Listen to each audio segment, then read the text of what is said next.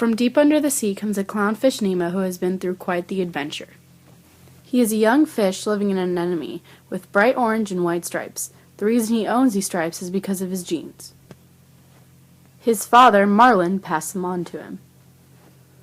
The way this gene travels starts with transcription. The first step is initiation, where RNA polymerase binds to a location on the DNA called a promoter. Promoters signal the beginning of a gene.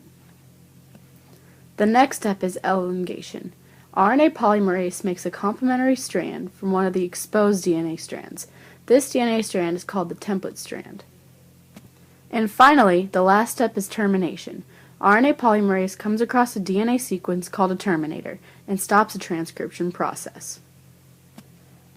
The mRNA that was the finishing product needs to get processed before it can leave the nucleus.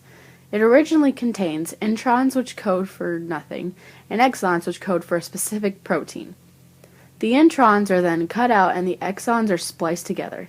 A cap and poly A tail sequence are added and the mRNA is ready to go. Next, a ribosome reads the mRNA and makes a protein in a process called translation. First off is initiation. Messenger RNA, after being processed, enters the cytoplasm and attaches to the P site of a ribosome.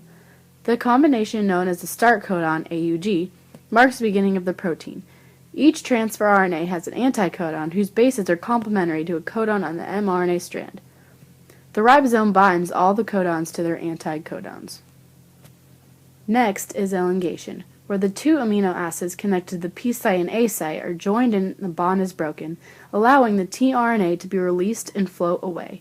The ribosome moves along the mRNA, binding the new tRNA molecules and amino acids.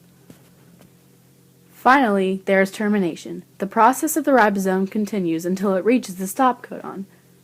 Then the process of translation is complete, and the result is a complete polypeptide. One day, Nemo woke up from sleeping in his anemone. He looked down at himself, and all of a sudden, his white stripes were gone. He was just plain orange, and I mean just plain. Nemo ran into his father this morning. "What happened, Nemo?" asked his father, Marlin. "I'm not sure," replied Nemo. "Maybe it was a mutation?" "That must be it." Nemo must have gone through a mutation process. One of the genes must have been changed. There are two main categories of mutations: point mutations and gene mutations. Different types of mutations include insertion, deletion, substitution, translocation, etc., etc.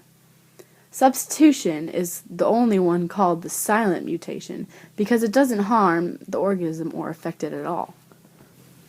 The mutation happened because of either a mistake in the replication process or chemical and physical agents called mutagens taking action.